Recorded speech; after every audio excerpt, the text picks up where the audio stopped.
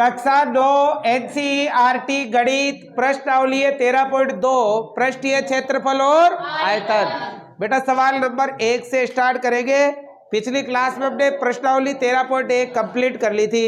देखो उसमें हमने क्या पढ़ा था, घन और घनाभ। घन और घनाभ से संबंधित सवाल करे थे। अभी 13.2 में हम करेंगे बेलन से संबंधित सवाल। बेलन के जितने भी सूत्र थे मैंने बेसिक में सारे सूत्र बता ही दिए थे आपको। अब देखो बहुत अच्छे अच्छे सवाल है, ध्यान से देखना आप लोग। देखो क्या लिखा है, ऊंचाई 14 सेमी वाले एक लंबवर्तीय बेलन का वक्र पृष्ठीय क्षेत्रफल 88 मीटर स्क्वायर है। ठीक है। बेलन के आधार का व्यास ज्ञात कीजिए। बेलन के आधार का क्या ज्ञात करना है, व्यास। देखो एक बेलन है, बेलन आप जानते हैं कैसा होता है, ये है बेलन बेटा, है ना। अब देखो इस बेलन की क्या दे रखी है, ऊंचाई। देखो इसकी ये वाली हाइट कितनी है, 14 सेंटीमीटर। ये ऊंचाई ये वाली h बराबर है 14 सेंटीमीटर। अब एक ज्ञात करना है आधार का व्यास। देखो ये देखो ये केंद्र से परिधि तक की दूरी त्रिज्या, और ये भी केंद्र से परिधि तक की दूरी त्रिज्या। दो त्रिज्या मिलकर क्या बनाती है, पहले हम ज्ञात करेंगे त्रिज्या और त्रिज्या का डबल कर देंगे तो क्या हो जाएगा, व्यास। अब देखो त्रिज्या निकालने के लिए एक और पॉइंट दे रखा है, बेलन का वक्र पृष्ठीय क्षेत्रफल दे रखा है। देखो क्या दे रखा है, बेलन का वक्र पृष्ठीय क्षेत्रफल कितना है बेटा, 88 मीटर स्क्वायर। अब देखो बताओ बेलन का वक्र पृष्ठीय क्षेत्रफल ज्ञात करने का सूत्र क्या होता है, क्या होता है, 2 पाई आर एच। 2 पाई आर बराबर कितना है, 88 दे रखा है। 2 का तो पाई का मान, त्रिज्या हमें करनी है, ऊंचाई कितनी है, ये आ गई 14 आ गई। अब देखो 7 से 14 कट गया बराबर कितना, 88।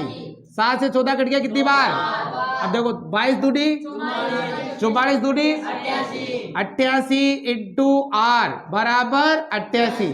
मान किसका चाहिए, गुणा है तो आर बराबर आएगा 88 बटा 88। तो त्रिज्या कितनी आ गई, 1 मीटर। कितनी आ गई, हमें व्यास ज्ञात करना है। क्या ज्ञात करना है, व्यास बोले तो d। तो बेटा एक व्यास में 2 त्रिज्या होती है। कितनी त्रिज्या, तो d बराबर 2 का तो त्रिज्या कितनी है, तो बताओ व्यास कितना आ गया, 2 मीटर। आ गया समझ में, उतारो। अब देखो बेटा सवाल नंबर 2, ध्यान से देखना। धातु की एक चादर से 1 मीटर ऊंची और 140 सेंटीमीटर व्यास के आधार वाली एक बंद बेलनाकार टंकी बनाई जा रही है। एक बेलनाकार टंकी बनानी है जो कैसी हो, बंद हो, ऊपर से भी और नीचे से भी। तो देखो एक बेलनाकार टंकी, मान लो ये एक बेलनाकार टंकी बनानी है हमें। इसमें चादर लगाना है, क्या लगाना है, धातु का चादर। अब लोहे का, स्टील का, किसका भी हो सकता है। ये एक बेलनाकार बंद टंकी बनानी है मैं, है ना। अब इसकी ऊंचाई कितनी है, ऊंचाई तो है 1 मीटर। ये हाइट, ये ऊंचाई बराबर है 1 मीटर, है ना। अब देखो व्यास दे रखा है 140। व्यास का मतलब क्या होता है, d बराबर 140 सेंटीमीटर। अब देखो व्यास आ जाए तो आप त्रिज्या निकालो। व्यास का क्या कर दो, आधा। व्यास का क्या कर दो, तो बताओ त्रिज्या हो जाएगी 140 बटा 2। तो r बराबर आ गया 70 सेंटीमीटर। यहाँ तो है मीटर और यहाँ क्या है, सेंटीमीटर। आपको ये ध्यान रखना है सवाल में इकाई एक ही करनी है, या तो सबको बढ़ाओ मीटर या सबको बढ़ाओ सेंटीमीटर। अब देखो हमें जो उत्तर लाना है, तो उसमें देखो इस कार्य के लिए कितने वर्ग मीटर चादर की आवश्यकता होगी। उत्तर किस में लाना है, मीटर में। तो आप किस में बदलो, मीटर में बदलो। आप किस में बदलो, मीटर में। तो बताओ चूंकि 1 मीटर में क्या होता है, 100 सेंटीमीटर। 1 मीटर में कितना सेंटीमीटर, अगर सेंटीमीटर को मीटर में बदलना है तो भाग देना है। क्या करना है, और मीटर को सेंटीमीटर में बदलना हो तो गुणा। तो बताओ r बराबर आ जाएगा 70 बटा 100। 0 से 0, 10 का भाग इसमें दोगे तो आएगा 0.7 मीटर। आ गई त्रिज्या, कितने आ गई, 0.7 मीटर। आगे बात समझ में। अब आगे क्या लिखा है, इस कार्य के लिए कितने वर्ग मीटर चादर की आवश्यकता होगी? हमें बताना है कि इस टंकी को बनाने के लिए कितना चादर लगेगा। तो चादर कहाँ लग रहा है? एक तो गोल गोल भाग में लग रहा है, ऊपर भी लग रहा है, नीचे भी लग रहा है। तो आएगा बेलन का संपूर्ण पृष्ठीय ये आएगा, क्योंकि चारों ओर चादर लग रही है ना, क्योंकि उसने कहा है कि टंकी बंद है, बंद बेलनाकार टंकी है। तो बताओ बेटा क्या आएगा? बेलन का संपूर्ण पृष्ठीय क्षेत्रफल आना। बताओ सूत्र क्या होता है? 2 पाई आर कोष्टक h प्लस आर, ये होता है 2 पाई आर कोष्टक h प्लस आर, ये होता है ना। चलो भाई, 2 का तो पाई का बार, त्रिज्या कितनी? 0.7, 0.7, ऊंचाई कितनी? त्रिज्या कितनी? यही है। देखो ये आपके 7 से कट गया 0 पॉइंट कितनी बार? 1 बार, है ना। 22 दूनी 44, 44 एक तो आ गया 4.4, एक के बाद पॉइंट लग जाएगा ना। अब यहाँ देखो, यहाँ गुणा, दोनों को जोड़ो, 1.7 गुणा करो सबको, 70 चौक कितना होता है? 68, अरे 68 का हासिल का, और 70 चौक 68, 74, कितना हो गया? कितने के बाद पॉइंट? 2 के, यहाँ लग जाएगा, और ये आएगा मीटर स्क्वायर। तो इस टंकी को बढ़ाने के लिए 7.48 मीटर स्क्वायर की चादर का प्रयोग होगा। आगे समझ में? उतार लो। देखो ध्यान लगाओ भाई, सवाल नंबर 3, ध्यान देना बेटा। चित्र दे रखा है आपको, क्या लिखा है? धातु का एक पाइप 77 सेंटीमीटर लंबा है। लंबाई कहो या ऊंचाई कहो, एक ही बात है। तो बेटा ये देखो, पाइप की जो हाइट है ना, ये वाली, ये कितनी है? 77 सेंटीमीटर ऊंचाई है इसकी। ऊंचाई लंबाई एक ही होती है। तो बताओ, ऊंचाई हो गया आपके 77 सेंटीमीटर। इसके एक अनुप्रस्थ काट का आंतरिक व्यास। अब देखो अनुप्रस्थ काट क्या होता है? जैसे ये मान लो ये पाइप है, तो इसका ये वाला हिस्सा है ना, इसे कहते हैं मोटाई, कहते हैं मोटाई, अनुप्रस्थ काट कहते हैं। आंतरिक व्यास 4 से भी है। अंदर का व्यास ये वाला, अंदर का ये कितना से भी है?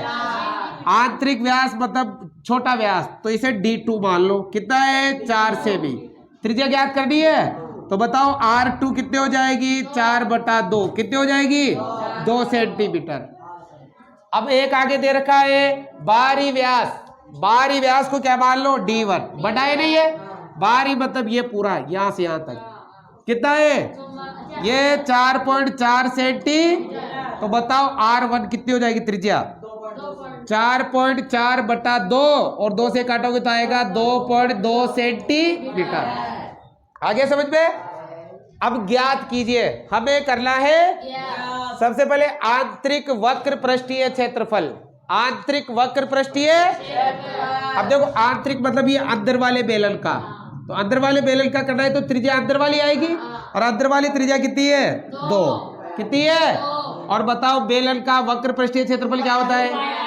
2 पाई आर एच, 2 का तो पाई का बार, त्रिज्या कितनी? अंदर वाली 2 है ना, यहां लिख देता हूं R2, क्योंकि R2 आएगी। बताओ कितनी है? 2 इंटू ऊंचाई, ये आएगा 77। 7 से कितनी बार? 11, 7, 77, 11 बार। गुणा करो, 22 दूनी 44 दूनी 88, किसे गुणा करेंगे? तो देखो 11, 8, 88, 11, 8, 88, 8 96, तो ये हो गया 968 सेंटीमीटर स्क्वायर। ये अंदर वाले का आ गया भाई, गुणा कर देना आप अपने हिसाब से। समझ गए? अरे समझ गए ना? ये अब देखो दूसरा पूछा है बाहरी वक्र पृष्ठ। क्या पूछा है? बाहरी, तो बेलन ही है, ये बाहर वाला बड़ा, तो त्रिज्या बाहर वाली आएगी 2.2, है ना। तो बताओ सूत्र क्या है? 2 पाई R1H, त्रिज्या 1 आएगी।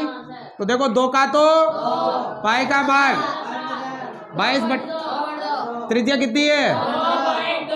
ऊंचाई 77, 7 से 11 गुणा करेंगे तो देखो 22 दूनी 44, 44 को 11 से कर लो पहले। 11 4 44, 11 4 44 48, 484 हो गया। अब इसको 2.2 से करो, 2.2 से तो बताओ कितना आया? 4 दूनी 8, 4 दूनी 8 दूनी 16, 4 दूनी 8 और 1 9, 8 6 9। अरे कोई बात नहीं, साइलेंट रहो, जम का खा रही कतरा गया 8, 8 6 14 का 4, हासिल का 16 का 6, 2 और 1 10, तो कतरा गया भाई 10 6 4 8। कतरा के बाद पॉइंट, यो 1 के बाद पॉइंट। अरे क्या आ गया बेटा? सेंटीमीटर स्क्वायर आ गया। अब देखो, अब अरे ओए इधर देख पहले, इधर अब ज्ञात करना है कुल पृष्ठीय क्षेत्रफल। अब देखो उसके बाद भी आएगा, देखो कुल में क्या क्या आएगा। एक तो अंदर वाला भी आएगा, बाहर वाला भी आएगा, और बेटा ये वाले जो भाग है, ये वाला भाग, ये क्योंकि देखो खुला तो पाइप यहां से है, ये वाला भाग भी इसके अंदर, और नीचे ये वाला भाग भी आएगा, तो इसे कहते हैं वलय। क्या कहते हैं? ये ऐसा है, ये एक अंदर वर्त है और ये बाहर वर्त है। अगर बेटा इस भाग का क्षेत्रफल ज्ञात करना है ना, तो इसे बोलते हैं वलय का क्षेत्रफल। वलय। अब देखो इसका क्षेत्रफल कैसे ज्ञात करते हैं? बड़े वर्त के क्षेत्रफल में से छोटे वर्त का क्षेत्रफल क्या कर दो? माइनस। अरे बड़े वर्त के क्षेत्रफल में से छोटे वर्त का क्षेत्रफल क्या करना है? पहले बड़े वर्त का करो और ये वाला भाग बाहर निकाल दो, है ना। देखो कुल पृष्ठ में क्या क्या आएगा। एक तो आंतरिक वक्र पृष्ठ आएगा, एक तो क्या आएगा? आंतरिक वक्र पृष्ठ आएगा, प्लस क्या आएगा? बाहरी वक्र पृष्ठ। दोनों भाग आगे, अंदर वाला भी आएगा और बाहर वाला भी आएगा आगे, और ये ऊपर वाला भी आएगा और नीचे वाला भी आएगा। कुल ज्ञात करना है तो कुल में आएंगे। तो ये है 2 वलय। ये क्या है? 2 वलय का क्षेत्रफल। 2 वलय का बताओ आंतरिक वक्र पृष्ठ कितना है? 968। बाहरी वक्र पृष्ठ कितना है? 1064.8। अब देखो 2 का तो, अब वलय का क्षेत्रफल कैसे ज्ञात करोगे? ध्यान लगाओ। बड़े वर्त का क्षेत्रफल माइनस छोटे वर्त का, बताओ बड़े वर्त का क्षेत्रफल पाई आर स्क्वायर नंबर 1। बड़े वर्त की त्रिज्या R1 है ना, माइनस छोटे वर्त का पाई आर स्क्वायर नंबर 2, त्रिज्या R2 है, तो ये हो जाएगा। अब देखो ये दोनों को जोड़ दो, चाहो तो फिर बाद में जोड़ लेंगे। 268 प्लस 1064.8 प्लस है तो प्लस 2 का, बताओ इन दोनों में से क्या कॉमन है? पाई, केवल पाई। अरे ये R1 है और ये R2 है, तो कैसे कॉमन आएगा? क्या कॉमन आएगा? आ गया। क्या बचा? R1 का स्क्वायर। क्या बचा? R2 का स्क्वायर। ये बचा। अब ये तो देखो सेम लिखो, 968 प्लस 1064, हाथ जोड़ लो जोड़ना चाहो तो, प्लस 2 का तो पाई का मान 22 बटा R1 बड़ी त्रिज्या 2.2 कितनी है? 2.2 का क्या आएगा? स्क्वायर माइनस R2 छोटी त्रिज्या 2 का स्क्वायर, 2 का स्क्वायर। बताओ कितना हो गया? ये दोनों जोड़ लो, आप जोड़ ही लो आप तो। बताओ कितना हो गया? ये 1064.8 में जोड़ेंगे 968.0, तो ये 8 आ गया पॉइंट, 2 आएगा, 6 और 6 12 और 1 13, और या 9 और 1 10, और या 2, कितना आ गया? दोनों को जोड़ा दो, 2032.8 प्लस है तो गुणा कर लो, 22 दूनी 44 बटा 7 इंटू ये देखो 2.2 का स्क्वायर 4.4 होगा क्या? 22 को 22 से गुणा करो। अरे 20 का तो 400 होता है, 484 होता है। अब 484 होता है ना, तो ए के बाद पॉइंट है तो 2 के बाद आएगा। अरे स्क्वायर लग रहा है ना, 2.2 को किससे गुणा किया? 2.2 से, तो 1 और 1 2 के बाद है ना, माइनस 2 का स्क्वायर 4, 2 का स्क्वायर 4 प्लस, अब देखो 44 बटा 7, ये देखो 4 घटाओ 0.84 ये आएगा। अरे 4 में से 4 गया तो ये आएगा ना। लगाओ भाग, ये 12 था 84, 12 बार 1 और 1 2 के बाद पॉइंट यहाँ क्या लग जाएगा 0। अब ये दोनों गुणा कर लो बेटा। 2032.8 प्लस कितना, ये दोनों गुणा करो। 12 चौक हासिल का 48 और 4 52, ये 5.28 28 भी बोलते हैं। दोनों को जोड़ दो भाई, कितना जोड़ेंगे इसमें 5.28, 8 का तो 8 और 2 10 की पॉइंट हासिल का 1 और 2 3 और 5 8 3 0 2, क्या गया 2038.08 मीटर सेंटीमीटर स्क्वायर। यह आ जाएगा कुल क्षेत्रफल। आया समझ में? बड़ा तो क्या है, आप चाहो तो इनको बाद में जोड़ लेना, पहले ये ज्ञात कर लो 2 वलय का क्षेत्रफल। एक ही बात है, कैसे भी करो।